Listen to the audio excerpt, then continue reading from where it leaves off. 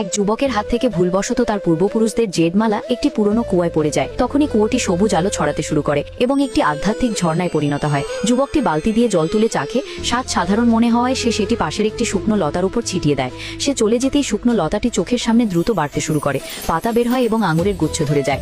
এরই মধ্যে পাথর সরাচ্ছিল এমন সময় যুবকটি হঠাৎ তীব্র গরম অনুভব করে এবং তার শরীরে যে পাথরের মতো একটি খোলস তৈরি হয়। খোলস ভেঙে বাইরে আসতেই সে ভুল করে একটি পাথর স্পর্শ করলে সেটি চুরমার হয়ে যায় এবং গোড়ালির হালকা ধাক্কায় একটি বিশাল পাথরখণ্ড 100 মিটার দূরে ছিটকে পড়ে। অবাক যুবক যখন আরও একটি বড় পাথর অনায়াসেই তুলে নেয়, তখন তার বিশ্বাস হয় যে সে অসাধারণ শক্তিশালী হয়ে উঠেছে এবং এইসব কুয়োর জল পান করার ফল। সে দৌড়ে ফিরে আসে এবং উজ্জ্বল বেগুনি ক্রিস্টালের মতো আঙুর দেখে খুশিতে ভরে ওঠে। একটি আঙুর খেতেই সে সতেজ ও প্রসন্ন অনুভব করে এবং বুঝতে পারে যে এই আধ্যাত্মিক কুয়োটি থাকলে সে আর দরিদ্র থাকবে না। সে আঙুর পেড়ে দুটি বড় ঝুড়িতে ভরে বাজারে বিক্রি করতে নিয়ে যায়। সেগুলোর চমৎকার গঠন দেখে মানুষ আকৃষ্ট হয়, কিন্তু 81 টাকা প্রতি গুচ্ছ দাম শুনে সবাই তাকে পাগল বলতে থাকে। সে প্রথমে তাদের চেখে দেখতে দেয় এবং দাম সঠিক হওয়ার ভরসা দেয়। একজন লোক আঙুর খেতেই অদ্ভুত সুখ অনুভব করে এবং তার পুরনো কোমর ব্যথাও ঠিক হয়ে যায়। সে তৎক্ষণাৎ 5টি গুচ্ছ কিনে নেয়। অন্য লোকেরাও চাখে এবং একই অভিজ্ঞতা লাভ করে।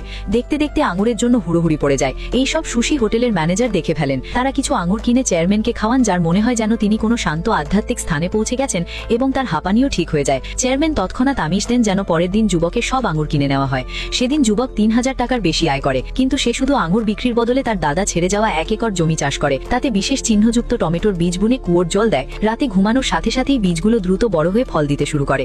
সকালে ক্ষেত দেখে সে অবাক হয়ে যায়। টমেটো এক রাতেই পেকে গেছে এবং ফলন অনেক বেশি হয়েছে। সে সেগুলো বাজারে নিয়ে যায়। যেখানে বাকিরা 2 টাকা কেজি দরে বিক্রি করছিল, সেখানে সে 20 টাকা কেজি দর ঠিক করে এবং দরদাম করতে মানা করে দেয়। অন্য দোকানদাররা তাকে নিয়ে ঠাট্টা করে। তখনই সুশি হোটেলের ম্যানেজার আসেন। তিনি টমেটোর গুণমান দেখে সেগুলোকে আঙুরগুলোর মতোই চিনে নেন এবং সব ফসল কেনার কথা বলেন।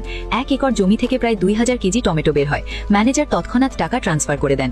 যুবক একদিনেই 40,000 টাকা আয় করে। পরে সবজি বিক্রির সময় তার ছবি স্কুলের পুরনো গ্রুপে শেয়ার করা হয়। সহপাঠীরা তাকে নিয়ে ঠাট্টা করে এবং বলে যে গ্রামে ফিরে চাষাবাদ করে সে কিছুই করতে পারবে না। সবাই তার থেকে দূরত্ব তৈরি করে। শুধু সফা বাদে যে ফোন করে জানায় যে তার কাকা হোটেল চালান এবং সহযোগিতা করতে চান। দুজনে পরের দিন বাজারে দেখা করার সিদ্ধান্ত নেয়। পরের দিন যুবক শশা ফলায় এবং তার সৌন্দর্যবর্ধক গুণের কারণে একটি শশার দাম 50 টাকা রাখে। সফা দাম দেখে অবাক হলেও শশা চেখে সে দমে যায়, অভিভূত হয় এবং তৎক্ষণাৎ তার কাকার জন্য পুরো ফসল নেওয়ার কথা বলে।